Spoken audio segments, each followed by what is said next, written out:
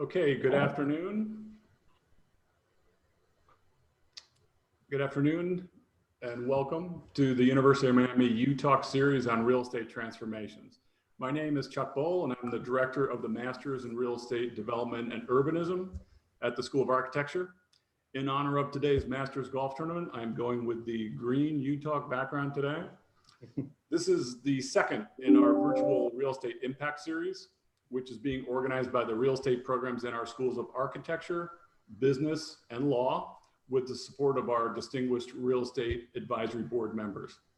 Last month, we kicked off the series with a panel on the dramatically accelerated trends in e-commerce, and we had a great panel of industrial and retail industry leaders and board members. It's hard to believe that just 9 months ago, this was the headline in CoStar coming out of Super Bowl weekend here in South Florida. Today, we're going to turn our attention to the hospitality sector, where we have an excellent panel ready to address the topic of hospitality reboot, post-COVID opportunities, and transformation. A few logistics during the panel. Only the panelists will be on screen. If you have a question for one or more of the panelists, please submit those via the Q&A in Zoom. The chat will be turned off, and we'll get to as many of those as we can at the end of the panel discussion. Moderating today's panel is Suzanne Amaducci Adams. Suzanne is a partner at Bills & Sundberg, where she is the head of real estate. We're also proud to have Suzanne as an advisory board member of the MRED program at the School of Architecture.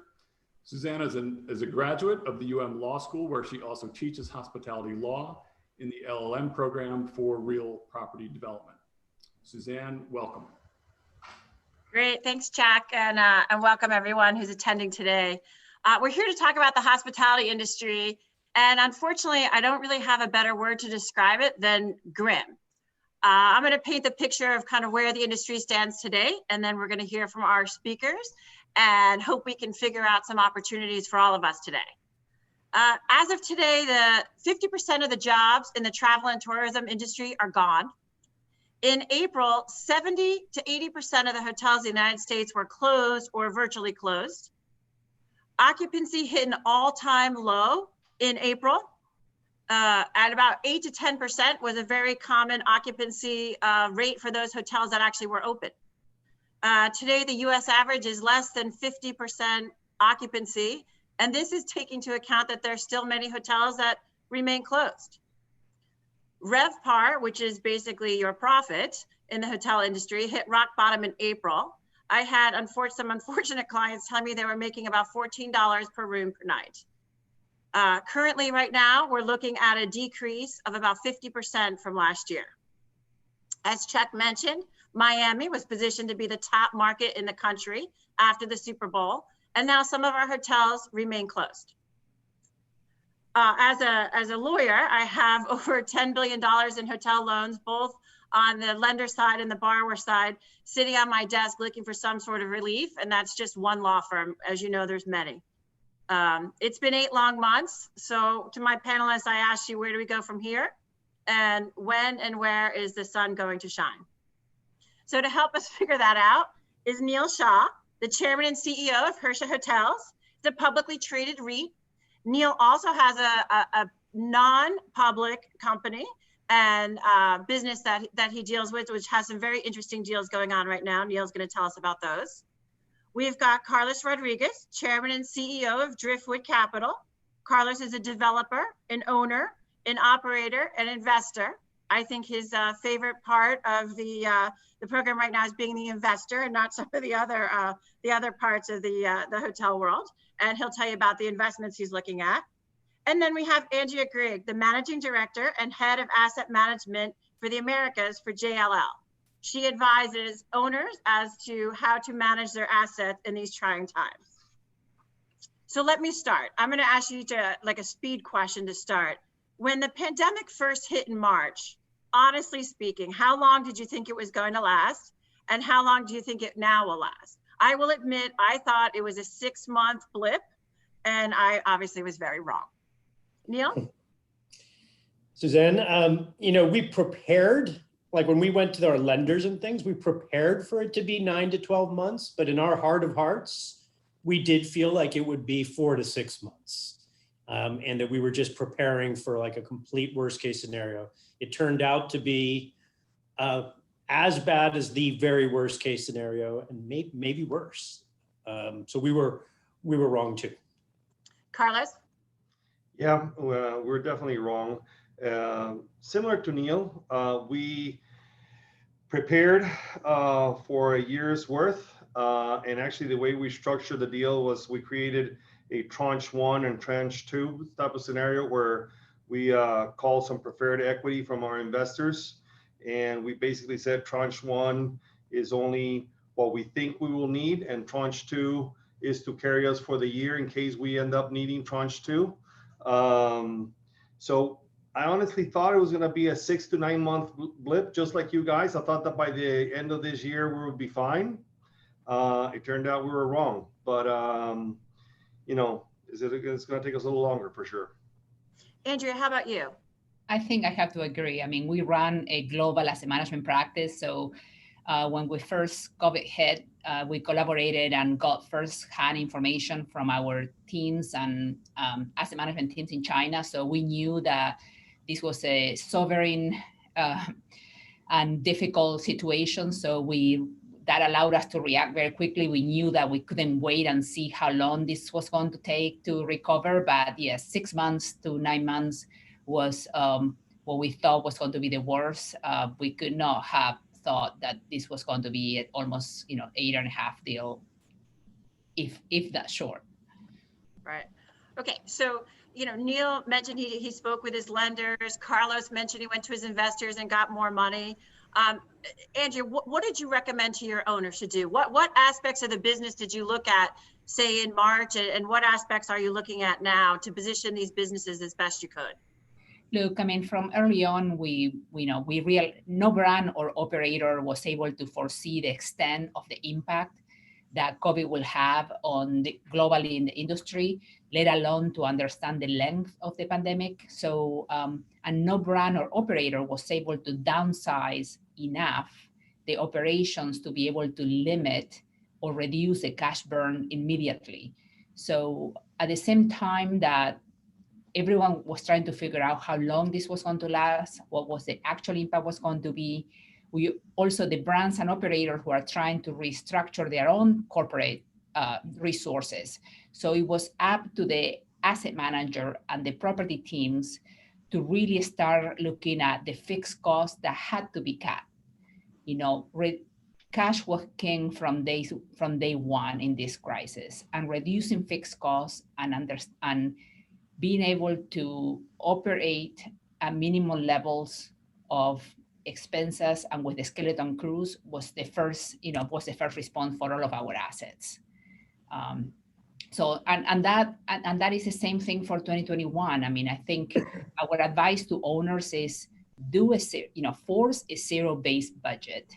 Understand what as a contingency if the business doesn't ramp up after Q2, like everybody is preparing to do so. Carlos, did you look at any of the governmental programs like PPP loans or EIDL loans? Were you able to take advantage of any of that? And if so, was it helpful? Yes, we did apply for the PPP loans, and yes, they were definitely very helpful. Obviously, they're not enough, and that's why we had to supplement it with tranches of investments of preferred equity from our investors. But yes, we did get the PPP loans, and they definitely were very helpful. And quite frankly, I would hope that the government would do it again, because it certainly wasn't enough. I mean, we definitely need additional help from, everybody in general needs additional help. Okay, Neil, there was a lot of backlash with these loans, and I know you're a publicly traded company. Were you not able to take advantage of those programs? Yeah, at first we were spending time on it, but as the kind of winds of, there was some bad sentiment around some of the larger companies going after one, Shake Shack, and there was a handful of others that started to get a lot of blowback. And at that point, we stepped away from it as well. It would have been, absolutely helpful. I think it's been very helpful to the private markets just to be able to kind of get through this period. I think the thinking was that public companies or other institutional companies could raise other kinds of capital if they absolutely needed to. And so, we could understand it, but I do think that there's other industries, like the airline industry got a lot of help. That was the one industry that really got a lot of kind of help at the large company level. We did not see that in hospitality, and it's unfortunate. Can't complain about it though, because we do have access to other kinds of capital. It's very costly. It does make you, have to cut deeper than you'd like to, but we were not able to take advantage of it. And we have affiliated private businesses that are owners and operators and developers and the like, but because they have some relationship with the rest of our entities, none of our owners did end up taking advantage of it. Now, is there a government program out there, or could there be a government program that could help someone like you? I mean, just because you're publicly traded doesn't mean you don't employ a lot of people and keep the economy going. I would love to see something on like the property tax side. Like that's something that's kind of even, like it's whether you're public, you're private, whether you're under levered, over levered. Like I think that's somewhere that it's probably, it's a tall order when you think of how tough shape a lot of these localities are in. And so I think the entire industry is bracing for more increases in property taxes. But I think that is one kind of broad way of addressing a lot of real estate owners, hotel as well as other real estate. I wish there was a solution on insurance. We've talked about in our prep conversations, but they're just, the hotel industry was clearly interrupted. You had municipalities requiring closures of your businesses, but none of us were able to even get business interruption claims. So we've all filed for it, but it looks unlikely because of the pandemic exclusions that were put into a lot of these policies. But I wish there was some kind of constructive federal backstop for that, or something that at least would give people some time or some financing to get through this period. But it doesn't look like it's coming out anytime soon. I have been hearing that there will be another kind of round of PPP, and maybe they can fix this Main Street lending program, which ended up not being very applicable for hotels. But maybe there's something that the new administration can do in that area that can help our industry. And Andrea, what about I think that's a good idea, first of all, Neil, about the real estate taxes. I had heard one other person mention it, but I have not heard a lot of talk about that. And that is an even playing field for all the people who can't evict people who aren't paying rent and everything else. It is actually a broad-based program. It's an interesting idea. Andrea, what about your clients? What have they been able to take advantage of these government programs, or they just don't work? No, I think all of our clients that fit the criteria to take advantage of the programs, they have done it, and they were, the cash was helpful. Like I said before, cash was king. Cash preservation was really the real mode, regardless of what kind of owner you are, what kind of property you have. So very helpful indeed. It was difficult to implement, and now it comes the next phase. Which percentage of what part of that loan is going to be forgiven. So I think we just started those processes, and I think that this is where there are some surprises. Most owners thought that they would be able to get the majority or a large percentage of those loans forgiven, and it's not the case, just because it was a flop, Right, because there's no employees, there's no big group business, there's no food and beverage. All your employer payroll has changed dramatically. But at least it's a shorter term or a decent term, very low interest rate loan. So it's not free. Loan. You have 5 years to pay 1%. back. So yeah, how low can you get? So Neil, you mentioned that you started planning right away with your lenders. But looking back on 2019, is there something that you can point to that you were really, really thankful that you did in 2019? Now that you look like a genius, you did X, or you're thankful you didn't do something. Maybe there was a big buy or something. Looking backwards, which is always interesting. Yeah, I mean, we started, it was the biggest thing. We did one big major recapitalization of one of our businesses. And so our private hotel operating company, we did a recap of that pre-COVID, which has been very helpful. Not only, having capital and having some liquidity at a time like this, but even more important to have a new partner that is looking forward. Because on one hand, this is grim. It's really, really tough environment today. But on the other hand, these are going to be the best deals. The next several years are going to produce the best deals that we've seen in a decade. And so to have fresh, new, convicted partners and capital that really have conviction around the story, I'm glad to have that. I think a lot of existing owners, people who have had a lot of hotels right now, they're fighting so many fires that it's hard to get constructive and get positive.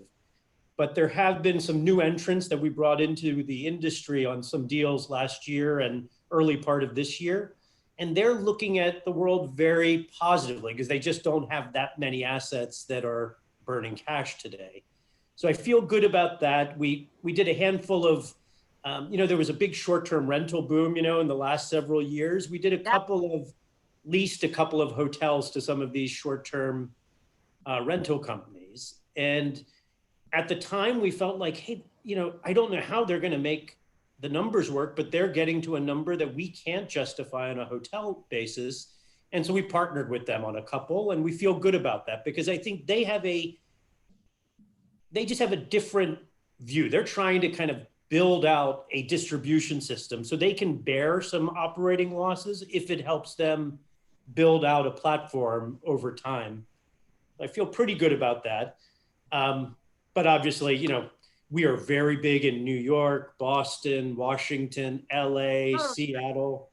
Urban centers. Didn't sell quick enough. Wow. You can never time the market perfectly, they always say. Carlos, how about you? Any big aha moments where you said, thank God I did this, or thank God I didn't do this? Yeah, we actually, I feel very fortunate, very lucky. Because my son and I started thinking at the beginning of 2019. Our last purchase was previous to this year now. Our last purchase was in March of 2019, where we bought a pretty large deal in California, in San Diego. And at the time, we said to ourselves, the market is getting frothy. The market is, we see prices going too high. Let's hold back. And we did, and we held back. And they said, we thought that we were due for a small recession. We never expected this. I mean, nobody foresaw a pandemic or anything like this. But we started thinking that there was going to be a correction of some sort, either a small recession or a correction, because prices were getting very high. So we started preparing. And as a result, we basically launched to take advantage of what we thought was going to be a small recession. We launched basically new funds, and we started preparing in June. We got the funds ready to be launched end of November, and we did the business plans and all the legal documents, and we started to liquidate our previous fund. So we're starting to cash out on the previous fund during 2019 and getting ready, for what we thought was going to be a very good 2020. So frankly, it was probably one of the luckiest moves we've done. I mean, yes, we had thought that there was going to be something happening, but we never expected this. So we launched and raised and closed on our funds in February of this year. Oh. So we're very liquid. So we're very liquid. So our timing couldn't have been better. And I tell people, actually, we're starting to make offers on hotels in March, early March, and we put pencils down. We said, when the pandemic showed up, we put pencils down. Thank God we hadn't closed on anything at the moment. And let's wait it out. Let's see what happens. And then we'll start making offers. So yes, there was definitely an aha moment that we got lucky in the fact that we started liquidating the first fund. We were able to close and have funds liquid and ready to go with new funds to take advantage of the situation. So like I was saying before, in a way, I feel like Jekyll and Hyde, or I feel like a bipolar person because, you know, I have on one side the challenges of my old portfolio, you know, and that it's the same challenges that any hotelier is having. But on the other side, quite frankly, I'm salivating for the deals of a lifetime because what's coming, I mean, really is like a tsunami of deals that is going to be coming in the next, call it 3 to 6 months. And we're very liquid. We're ready to go. We're ready to buy. And, you know, like Warren Buffett says, you buy when everybody's selling and you sell when everybody's buying. And right, well, hold that thought about the investment. I'm going to get back to that in just a second. Sure. Before we move into the positive opportunities, because I think there's a lot of talk about there's nothing to buy and when is something going to buy. So hold on that just for a minute. We're going to get to that in a second. I just want to finish up on the doom and gloom. And we're almost done with doom and gloom, I promise. But who are the biggest losers? Because I think in order to find opportunity, you need to find the people who are hurting the most, right? So who are they? And Andrew, I'm gonna point this towards you. The first part, like, who is it? Is it the Caribbean, that where some of the islands are still closed and they have incredibly limited airlift? Is it New York, like Neil said? You know, New York's not doing so well. Is it any full service hotel, convention center hotel? Is it the employees? Is it the union hotels, right? Owners, lenders? I mean, who do you think really is suffering the most, or is just like it hit everybody and everyone's in it together? Look, I think core urban markets are the ones that are hurting the most.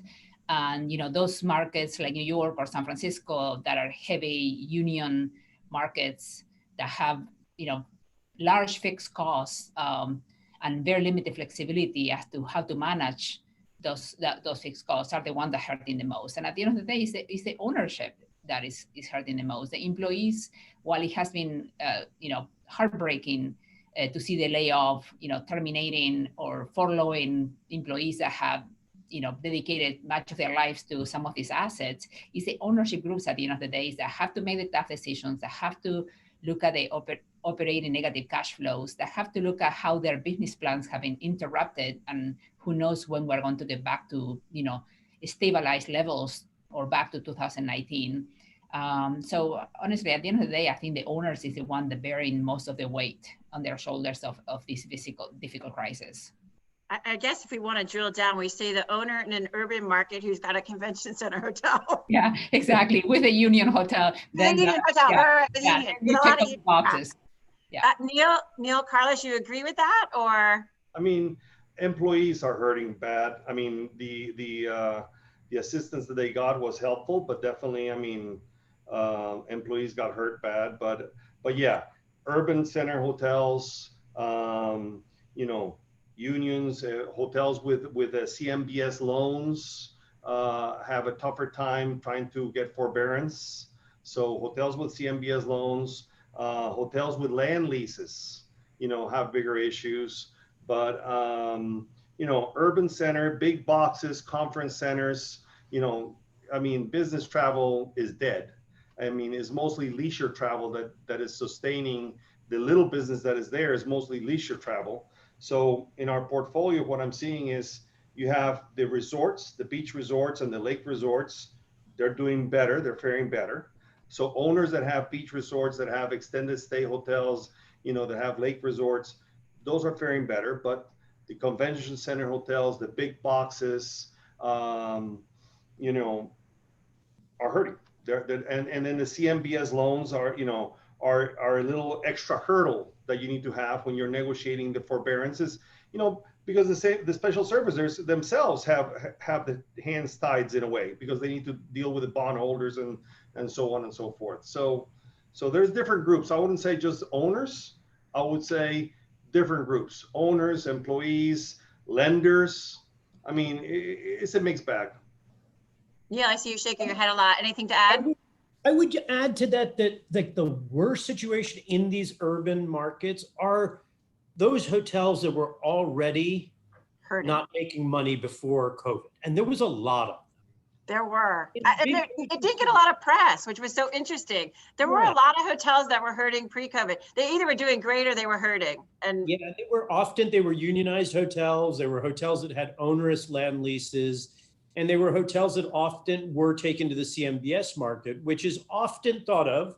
I mean, it's a very good financing mechanism, but for some owners, it is a cash out experience. You know, like you're either going to sell the hotel or you're going to raise as much financing as you can. And so there was a lot of those. And I think those are the most hurt today because it's hard to find rescue capital for those. If you're going to have to put in money somewhere, you want to have some visibility to the other side. So you want some financing for that period. You need to be able to assume that you can reduce cash burn.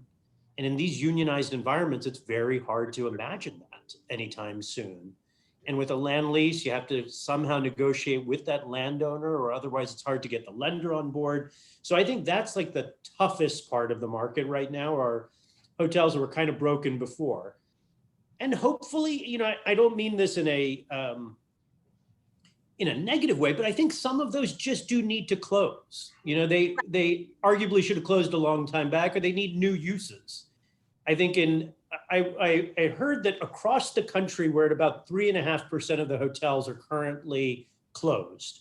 In a city like New York, it's about 20 to 25% of hotels are closed. And we'll see how many reopen, but I bet at least 10, 15% will not reopen, and they'll find some alternative use. And that will be good for the recovery for those that do open. Right. No, I definitely agree. I definitely agree with that. But it was a good segue with the comment about the unions. Is thankfully in South Florida, we don't have a lot of unions. So that's one of the pluses for our South Florida market. But since we are here in South Florida, what else do you have to say? Like, how will Miami survive? I mean, I think Miami is doing okay. I think we're probably doing better than most. And I think because the weather is such that we'll be able to socially distance outside and we'll be able to, you know, pull in this transient traveler. But, you know, Carlos, what do you think? I mean, Miami's going to be okay. South Florida's going to be okay. It's going to be hurt. I mean, what do you think? I would say South Florida in general should be doing better than most areas just because of the weather. And you know, look, right now, a lot of people, they still want a vacation, but they don't want to travel. You know, they don't want to take cruises for sure. You know, cruise business is dead for a period of time. People don't want to travel abroad. You know, so there's a lot of drive to destinations, and certainly South Florida is one of them. And then the weather helps, especially now with now that it's going to get into winter. And, you know, it's going to get colder, you know, in all other parts of the country. You know, people that want to take a break, Miami is a perfect location for that. So being non-union, having good weather, I think it's a great place. So anything, you know, I'm telling you, in general, in my portfolio of what I have, you know, anything that is a beach resort or location with good weather has fared a hell of a lot better than our other properties around the country. Andrew, is that consistent with your owners that you represent and advise? Is it the resorts that are actually doing okay because of the transient travel? Absolutely, yes. It's consistent whether it's West Coast or East Coast. That is the message.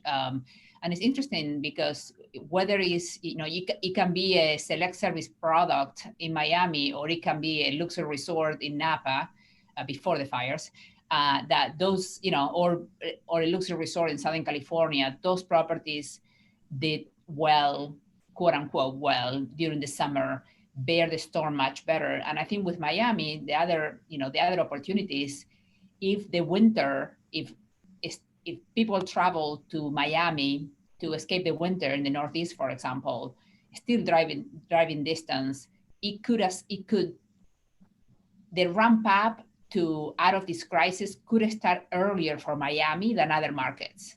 And I think we should, you know, that could be a very positive and welcome news for Miami in general. Yeah, what's interesting is I would have never considered Miami a drivable market from New York, although I must admit I drove to New England this summer and drove back, and actually I found the trip was nowhere near as bad as I thought it was going to be. So yes, Miami is drivable from New York, and it's really not that bad. Other areas too, not just New York. Yeah.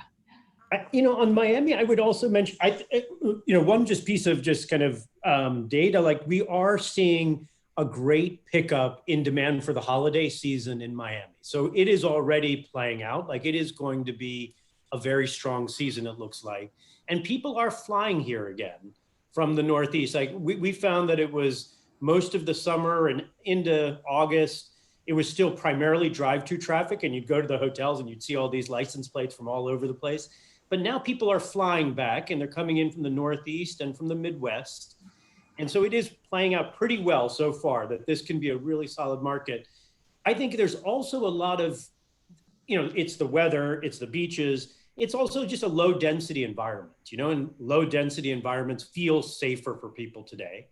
And our lack of public transportation helps us. We don't have to take public transportation. That's right.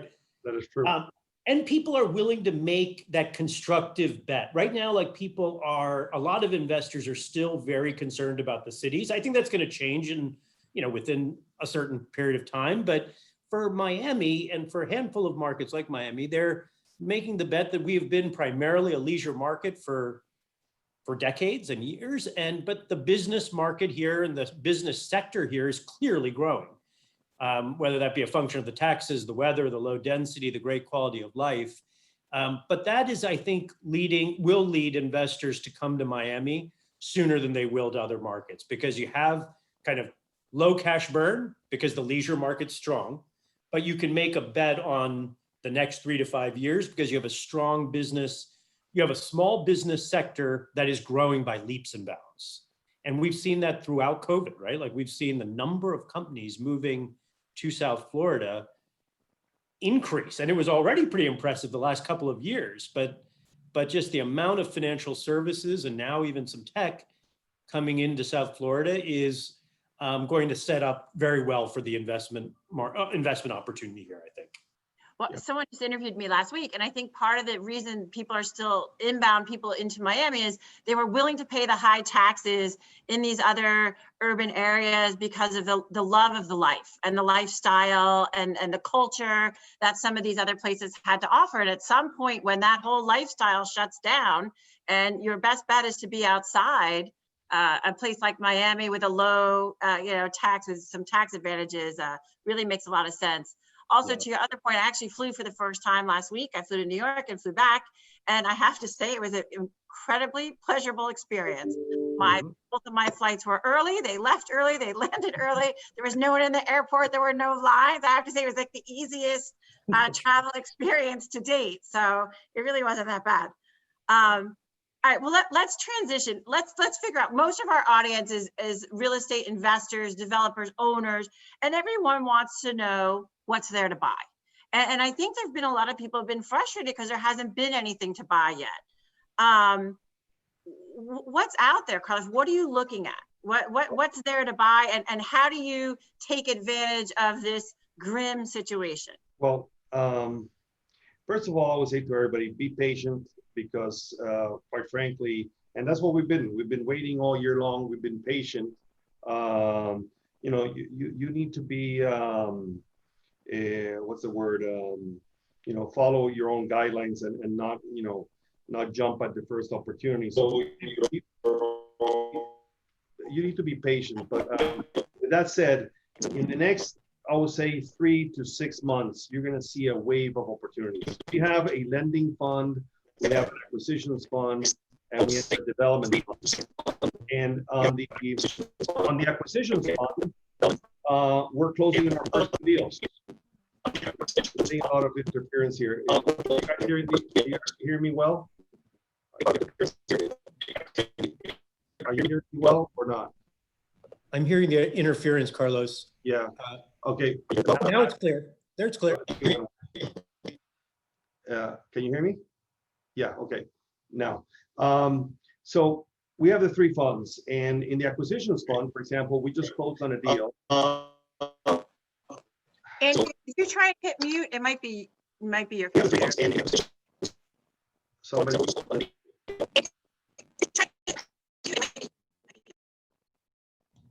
All right. Here we go. Here we go. On the acquisition fund, we just purchased our first deal, It was a Sheraton in Pittsburgh.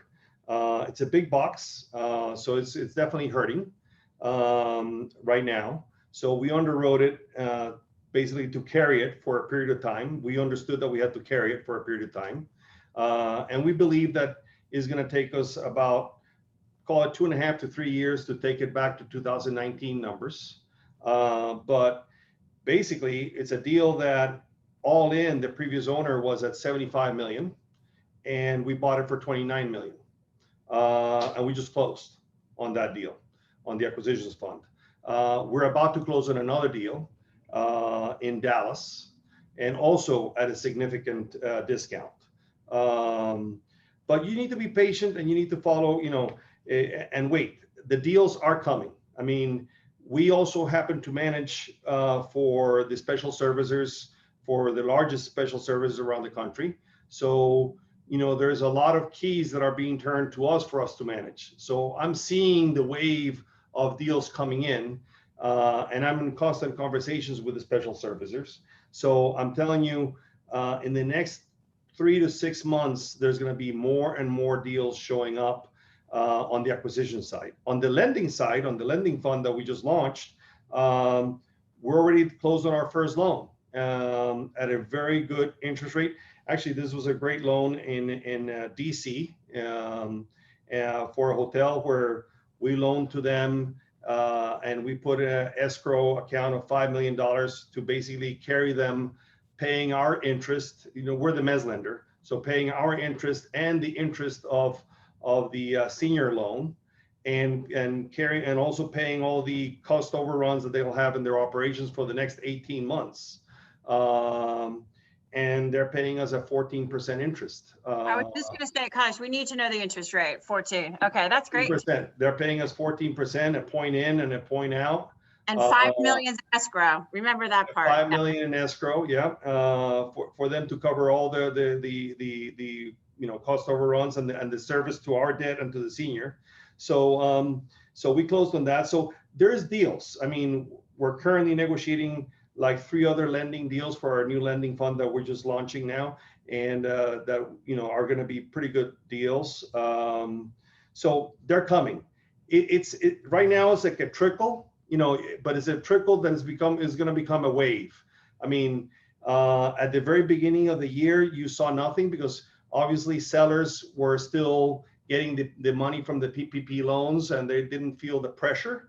But now that they burned through the PPP loans, now that people have burned through their working capital, and now that people are starting to get more desperate, and the reality is setting in that there is an issue, and it's an issue that is not going away at least for a few more months. At the very least, I'm hoping for the vaccination, but the vaccines to succeed. But at least you have, call it 3 to 6 months more, if everything goes right.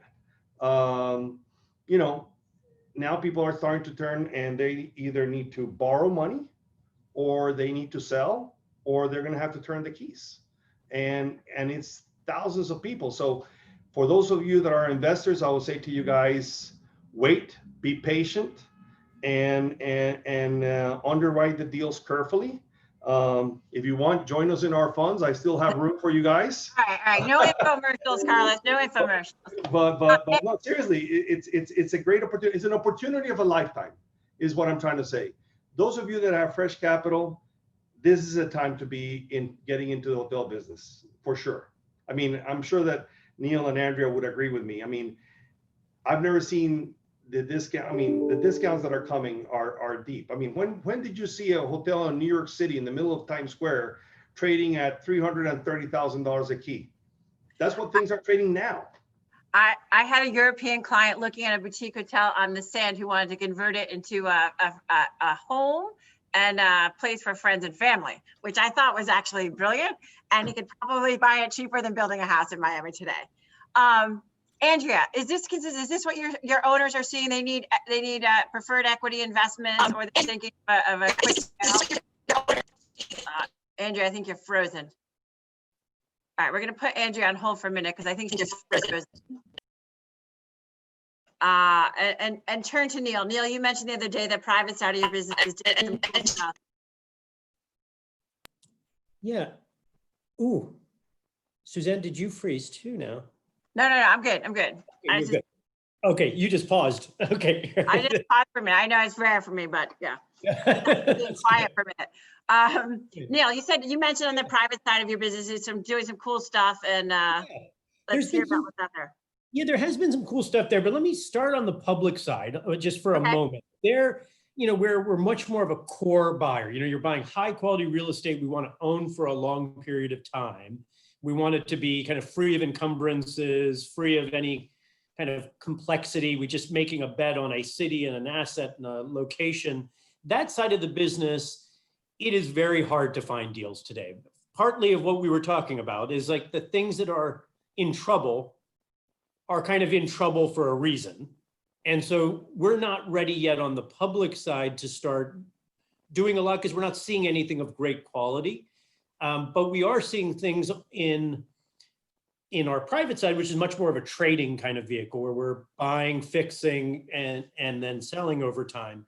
On the public side, though, what we are doing is we are selling some assets. We're looking in the marketplace and seeing where bids and pricing might be coming out. Like when this crisis began, it was hard to find a buyer for anything really, and Right. then as the summer went on, some of the, if there was less cash burn, then you might be able to find some equity that had conviction in it, but you still couldn't find a lender. But then across the last couple of months, we've seen a real thawing in the debt market, like very meaningful. Like I would say that if you could get a hotel financed 3 months ago, it was 800 to 1,000 over LIBOR. It was 40% loan to value. It was some kind of recourse, lots of reserves. Today, there's still not lots of deals being done, but you will see the first prints from a bunch of these credit funds that are coming out, which are really priced kind of 575 to 625 over LIBOR, which today is like 6-ish%, 6.5, something like that. And it's still like only 50 to 60% loan to cost. But again, this is for assets that aren't burning cash. So they're breaking even, and you can kind of see there's visibility for a recovery in them. And so in that environment, with the debt market thawing to that level, we are out in the marketplace right now with some assets to sell from our core portfolio because our stock price is down 75% from pre-COVID.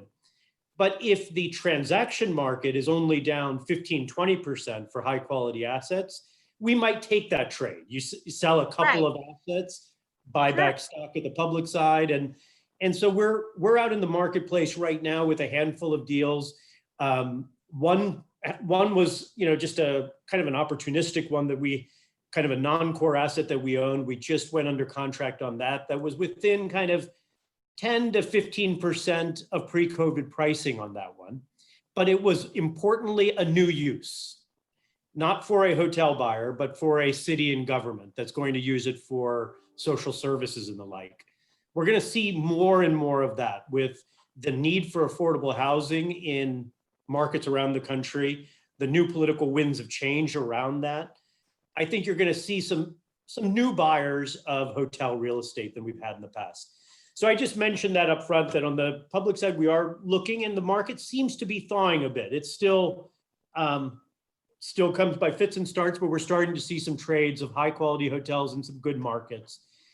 Where we have been active is on the private side, where we're willing to go in with rescue capital or with acquisitions or with a little bit of financing. And like, a good example would be going kind of eye of the storm, major gateway market, but it's a new build hotel and it's an extended stay hotel in that marketplace.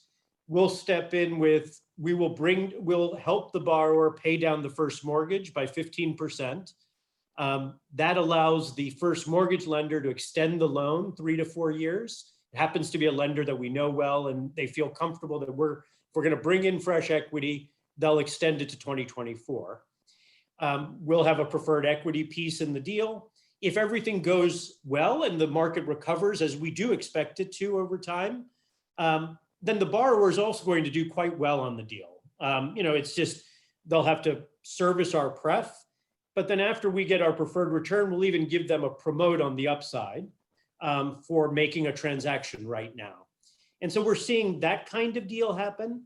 And then Suzanne, you remember you mentioned, I think maybe it was right before we got on the call, but those owners that have real tax issues, what we're finding there is that you could, find some, if they have tax issues, they have some, they don't need all of the capital right away, then we have 2 hotels under contract where it's just seller financing.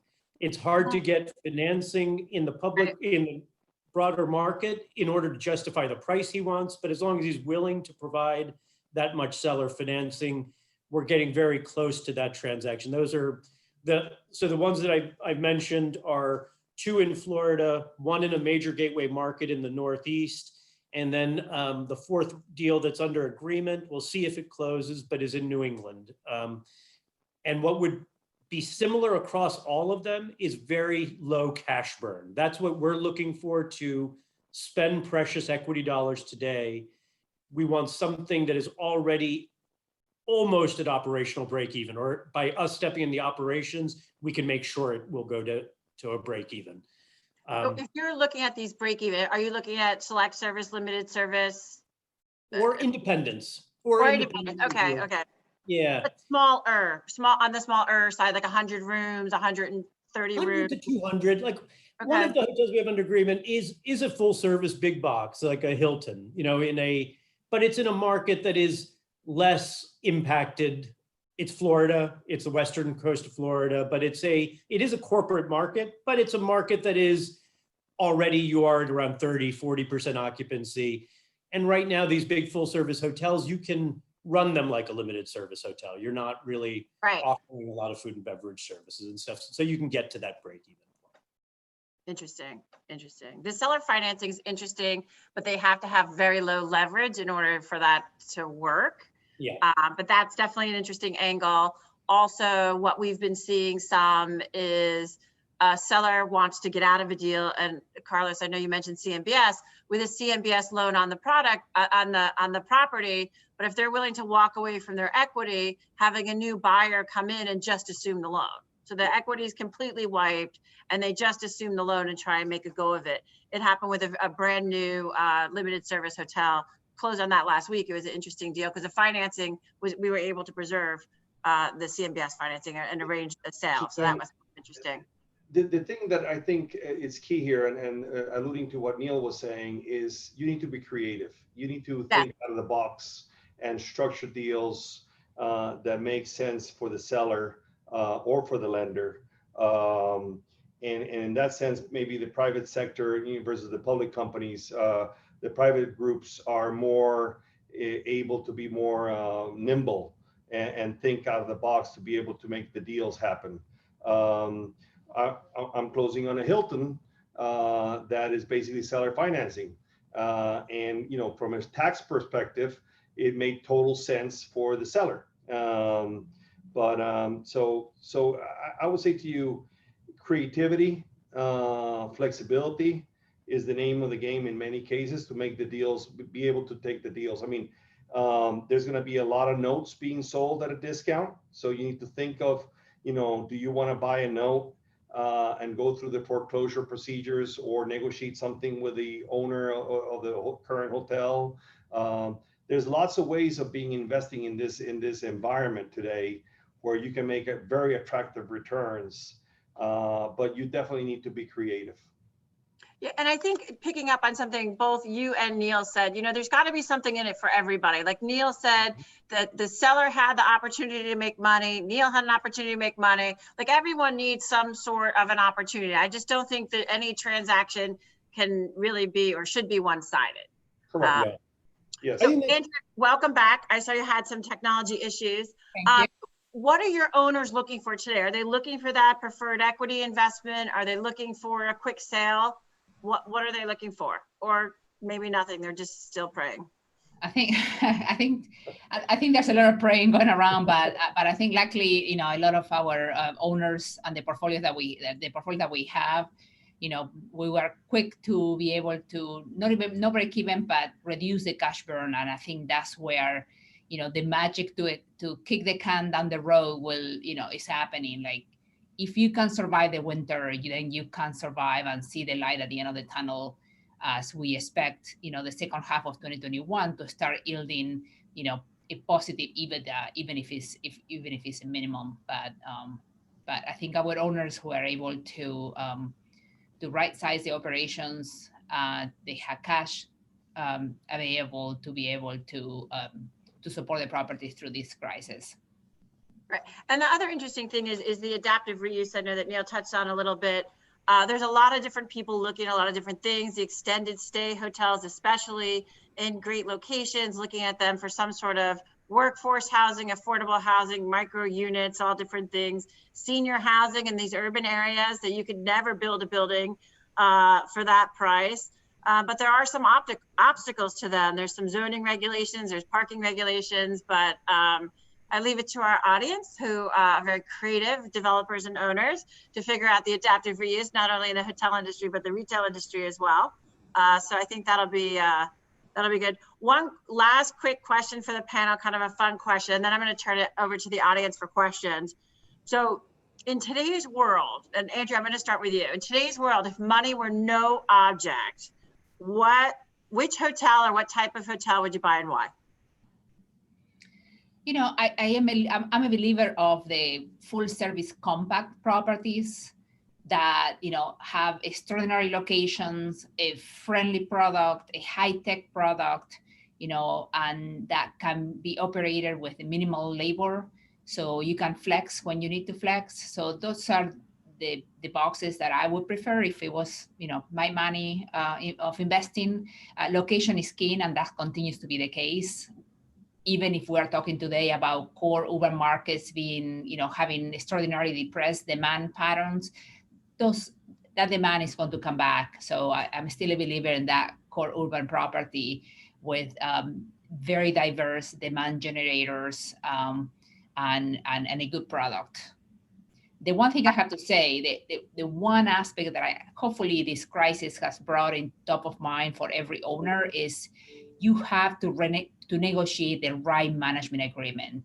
It was very clear this year that those franchise properties or independent properties with the flexibility of the third-party management company were able to react more quickly, be more dynamic, be more creative. So looking at that management agreement and looking at that structure in which you owner control more the bottom line is key for the right investment. Carlos, did you pay Andrea for that? I did not. We don't manage properties. So I totally agree with you. Carlos, money is no object. Well, you have all this fun money now, so money is no object for you. What would you buy and why? Or is it doesn't really matter? Okay. I'm going to give you several different answers. All right, it's Friday afternoon, so I'm going to do it quick. We're opportunistic. So for us, it's a matter of pricing, at the right price, there's a deal to be made. So we will look at big boxes that are hurting now, as long as we price them the right way so we can carry them. Having said that, obviously, growing markets with high barriers to entry, it's always key. Resorts have been very resilient now. So I love resorts at this moment in time. Extended stay hotels, I love at this moment in time. They perform very well. So if pricing was the same, I would probably tend to go towards resorts and extended stay hotels. But having said that, and again, growing markets, barriers to entry, very important. But at the end of the day, it's all about the price. If you give me in a decent location, a good hotel, whether it's a big box or not, and it's discounted properly, where it makes sense for us to come in, then we'll come in. Frankly, we're agnostic. I don't need to be in South Beach. I can be in Alaska for that matter. Hawaii, Alaska, New York, at the right price. Will you go to the Caribbean right now? Well, our funds are only US. Having said that, if it was my money and I could put it anywhere in the world, again, agnostic. If it's at a really good discount, sure, I will go to the Caribbean. But frankly, right now I'm focused on the US because that's where my mandate is on the funds, is basically place money inside of the United States. But I agree with you. There might be some opportunities in the Caribbean at the right price. Neil? Mhm.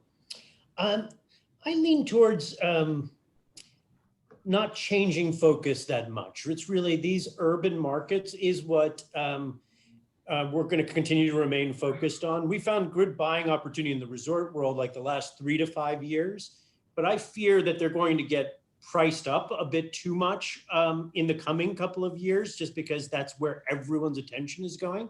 But if you found good deals on the resort side, we definitely would do it. But right now, I feel like it's these urban markets that everyone's so afraid of. And we do have conviction that they will come back and that people like to be together and they like to work together and go into office buildings and innovate and the like. And within the kind of asset we would focus on, I think, is I probably prefer an independent hotel, which would give you the flexibility to potentially brand the hotel or run it as an independent. Having that flexibility, I think what this showed us, what this cycle showed us is that location means a lot within a submarket. And second, having control over everything in your building means a lot, because that's how we were able to bring down our cash burn so quickly and so immediately relative to most of our peers, because we operate everything we own. And we, even if it's a branded hotel, they're licensed. And having that control, I think, leads to the best results in these really difficult times. I think early in the cycle, you can get away with playing a momentum trade. But if you're going to be a 5 to 7 year owner of a hotel, it's really helpful to control everything. Yeah, we control everything ourselves. Yeah, that's right. Totally. You need to control everything. So I think I can sum up like the opportunities. Cash is king. Be patient. Look for a great discount, a good discount, whatever's a good discount for you, and flexibility and control over the asset. I think those are kind of the key components to all of it. And I think everyone pretty much agrees on that. Totally. With that, I'd like to thank everyone for your time today and turn it over to Chuck, who's gonna, I think, be our host on our questions. Okay, great wide-ranging panel. Suzanne, great job moderating the group here. We got some really good questions, some of which you've touched on already. So I'm going to try to focus on the newer ones. I'm actually going to merge a couple together here, which are related to coming out of the pandemic and what actions are being taken. So the question is, how are you dealing with health risk exposure on employees and guests? And related to that, how is new technology, or how is technology expected to play a role in emerging from the pandemic? What new technologies are the guest speakers seeing? So I guess that, yeah, I'm happy do you want to take that one? Yeah, there's been a lot of progress, Chuck, both on the physical side of the hotels and the operational side. That's really Andrew's specialty. So yeah, and I think so. A couple of things. So to the first question of how do you keep employees safe and how do you keep guests safe? Look, the first rule of thumb is make sure that your protections that you are putting in place are not just marketing, that both the employees and the guests feel safe the moment they walk into your hotel. You have to think through the path of travel of that guest from the moment that they check in to the moment they get to their room. And if they feel that all aspects have been thought through, that guest is going to return and is going to feel safe, and hopefully is going to tell others. I think the airlines have done a really good job at, making people feel safe when they travel, although you are in a capsule with a lot of other people in it and not always being able to maintain the 6 feet rule distance. But I think we have to be we have to invest in what really will make both an employee and a guest safe, and depending on the property, that has different meanings. I guess the second question was how technology has impacted. Well, I think I think like everything, I think the crisis has accelerated what it was a trend of, the contactless check-in, the being able to order your room service or your food via your app, and having minimal contact with hotel employees as you take advantage of the experience the hotel can offer. Like I was recently staying at a luxury property, and they were able to provide through their app, they were able to allow you to book the fitness center for yourself for an hour or half an hour as needed, or to book the pool. Where you were able to order room service, you were able to check in, all with technology and without having to stop by the front desk, not even once. So technology, that's an individual traveler basis. And then for groups, I think technologies and having the right equipment and your meeting facility and your meeting space is also going to be very much appreciated as small groups start to return to the property. And virtual meetings continue to be at the front and center of how corporate world is going to communicate for a few more months at least. Anything anyone want to add on that? Just technology is great, and as a law firm, we were really able to work seamlessly with technology. I was never a huge technology person, but I have become one. But I just think in the hotel world, and nothing beats that personal experience and the customer touch. So I just think with all the technology, we just can't forget about the personal experience and all of this. It can't completely replace a great employee or great staff person and a personal interaction. Okay, and another one, pandemic connected, is are we expected to see insurance costs skyrocket in the aftermath of the current pandemic? And there was an interesting discussion amongst you in our pre-meeting about what happened with Zika and how that translated into insurance for hotels. So somebody want to comment on expectations for insurance going forward? I guess I can say a little bit about it. It remains to be seen because, a lot of the insurance already excluded potentially business interruption as a result of, of this type of issues. So all of us have put claims. I've put claims for business interruption for our entire portfolio. Our lawyers tell me that in my case, we were lucky that my partner that negotiated the insurance coverage negotiated some good terms, and that we may have a better chance than others. But it still remains to be seen whether any of us will get any sort of coverage or not. So it's an answer. I mean, we're all pursuing it. I think everybody's pursuing the business claim. But whether it will affect premiums or not, it depends on whether the courts decide to grant us coverage or not. I mean, if the courts grant us coverage and they end up having to pay, then for sure premiums will go up. If the courts deny the claims, then there should be no impact to the premiums. I don't know if anybody else differs. No, Carlos, I agree with you with that. I think moving forward, though, I would hope, just like terrorism insurance, after 9/11, it was very difficult to get insurance in a major gateway city until the federal government stepped in with a backstop. So I would imagine, I would hope that they are working on something like that again, because that will be required, I think, moving forward to kind of mobilize real dollars for this sector, is to have some protection there.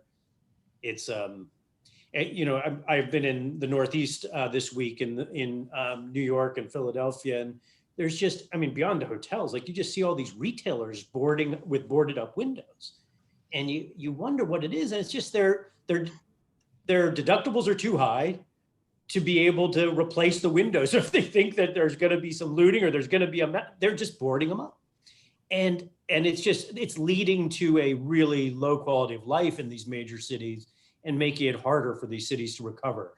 And so I think that insurance is a big issue that needs to be addressed next year for this industry. Totally agree with you. So Hey, real estate taxes, insurance. Yeah. We have a quick round robin question. This comes from a UM alumni in Portland, Oregon. who's asking, what other markets do you see coming back sooner rather than later? And are you finding a lot of competition with short-term rentals that seem to be weathering the pandemic fairly well? So you're all active in different markets. What else do you see out there? I mean, just because he's in Portland, we used to love Seattle, very close to you in Portland. Portland was a good market as well, but Seattle was really it had become a major urban center, lots of different employers, not just Amazon. But right now that market is really scary. I do think it will bounce back in a big way, but there is very little confidence in that marketplace right now. So I think for opportunities, it's a good one. It's not one that's been overbuilt. There's a lot of good kind of industry out there. And so we're going to keep looking in that marketplace. But we're looking where there's a little bit of, where there's challenged environments. And I would count every major city, but just thinking on the West Coast, Seattle's one that I think could be a really good opportunistic area for investment. Yeah, all urban centers in general, the major markets are hurting right now, and those are where you're probably going to see the biggest discounts. So that's where the bigger opportunities will probably come in. Yeah, and I would say, look, you have to look at demand fundamentals and how, and what is your patience for those demand drivers to come back. Unless there's, in addition to COVID, there's some major disruption of that will impact corporate demand or the convention center, meeting space aside from COVID, then you just have to look at where is the demand coming from? What are the drivers, the dynamic between demand and supply? Where's the location of the property? I think Neil, you mentioned earlier, it's hard to say that some of these hotels are going to close, are not reopen, but the reality is like there is new supply in many of the markets, top 25 markets, but there's also a lot of obsolete product that was already not making money, and COVID is just accelerating what it was written on the wall for them. Yeah. And Charles, the one other thing just on the short-term rentals, I think it's a little mixed story there. Like on one hand, short-term rentals have been attractive to a lot of consumers and leisure consumers. They want a little more space. They want a kitchen. But I think there's a lot of consumers that feel like they can get a safer, more careful stay at a hotel because there's, they have national standards and they have the technology to really take care of cleanliness and sanitation and security and all of that. And security has become a bigger issue in major cities, at least, than it had just a couple of years ago. So I think there's some things that are potentially slowing down short-term rentals, and there are some things that will continue growing. I think Airbnb going public they're talking about kind of listing by the end of this year, and I think that's kind of good news because they can't be in the shadows anymore.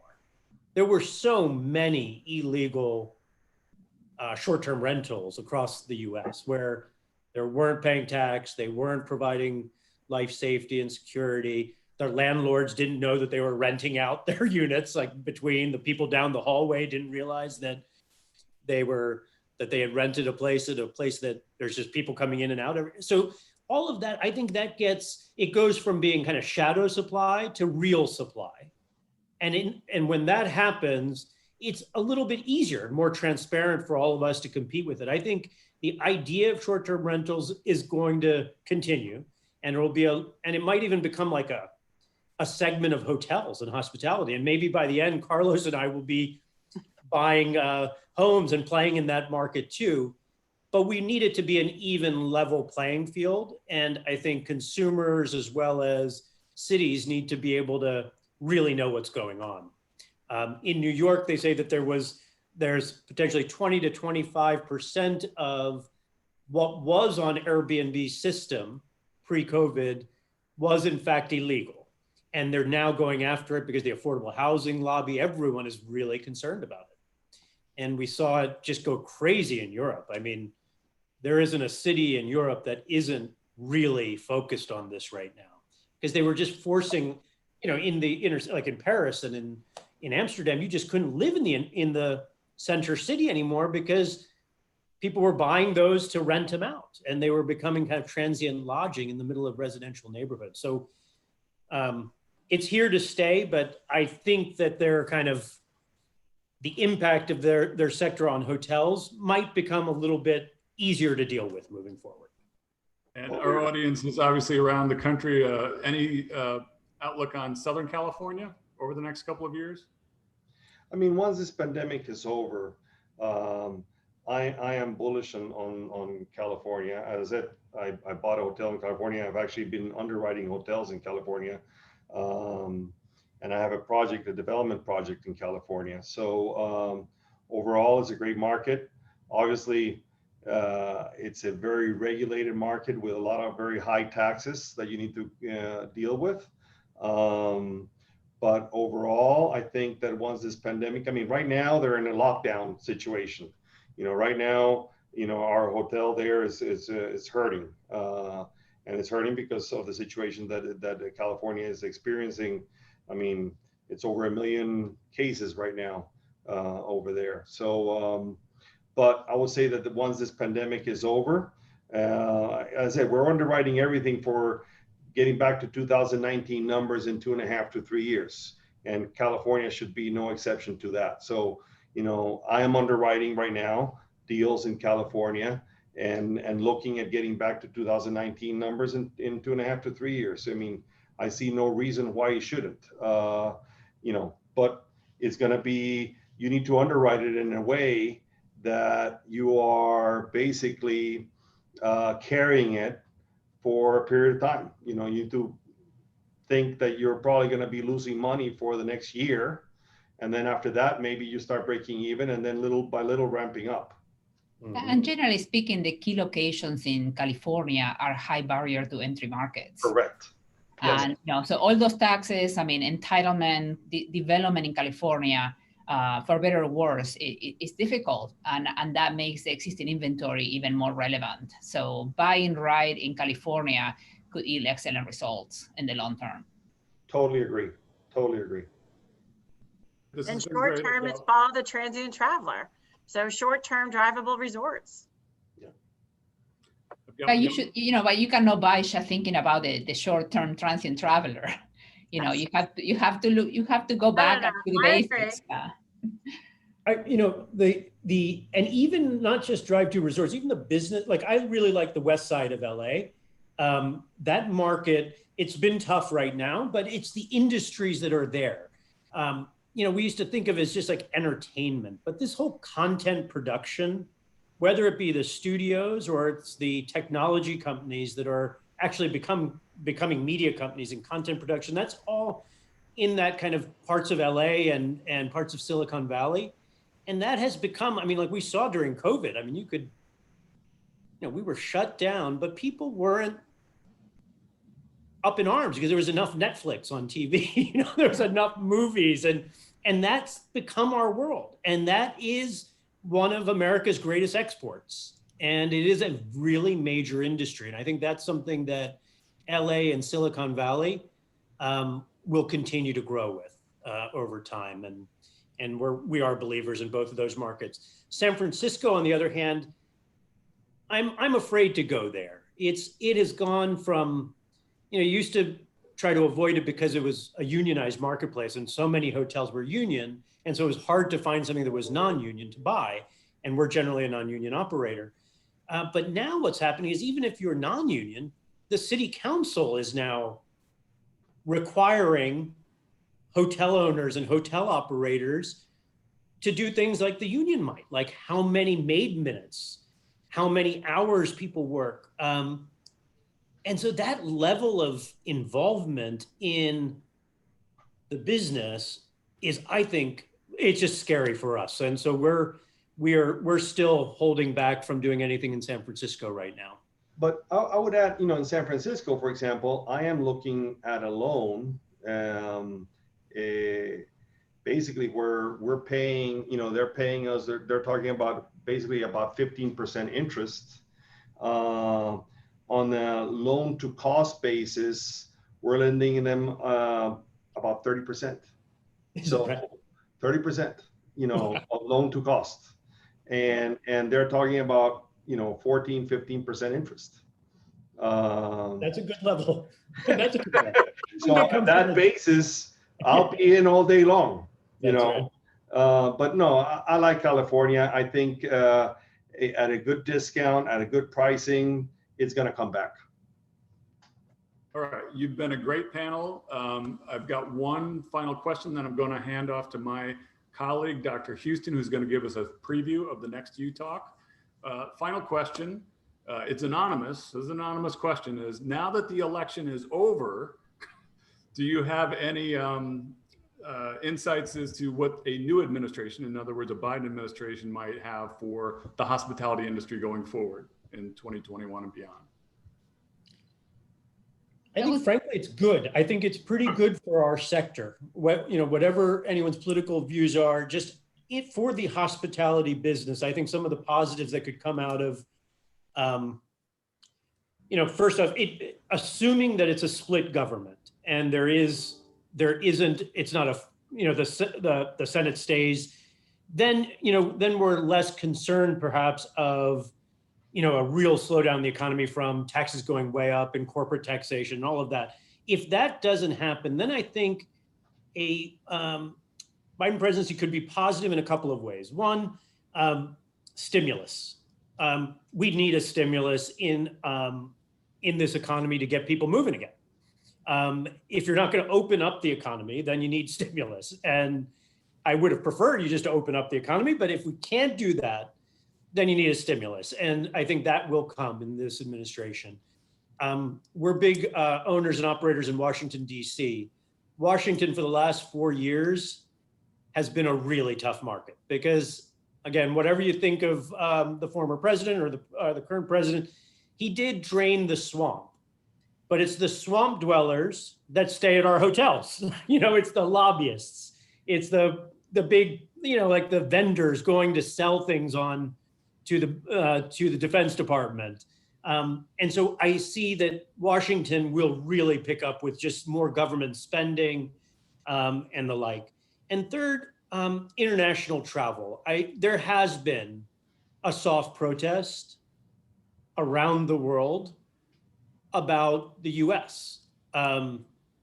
We didn't have a very friendly posture to welcoming international travelers. And kind of brand the U.S. brand was in trouble in certain countries and certain big demand generators from the United States. And so I do think that that a change in administration beyond just Washington could be good for just international travel resuming a little quicker than it might have otherwise. Yeah, I would totally agree with what Neil is saying. I think more international travel will be taking place. More people from abroad are going to be coming in.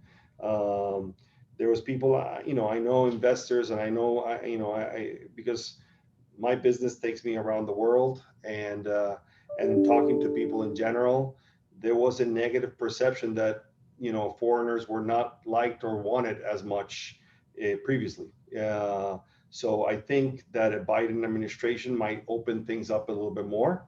And I'm trying to be, totally apolitical here. It's just a perception from the outside world, let's call it. But the other thing is, as Neil was saying, the stimulus. Actually, I just read a Goldman Sachs report that basically was stating exactly that under the Biden administration, they believe that there's going to be a larger stimulus package coming along, and that should, at least in the short term and medium term, stimulate the economy again. And again, I'm not trying to be political one way or another here. I'm just, basically seeing what I've seen and what I've read. I mean, you have the stimulus package that might be larger under a Democratic administration, and that should help the economy in the short term to midterm range. And then you have, basically people from other countries maybe being more open or more receptive to spending money and spending time in tourism inside the United States. I don't know, Suzanne or Andrea, if you guys agree. Yeah, we were seeing things slightly differently.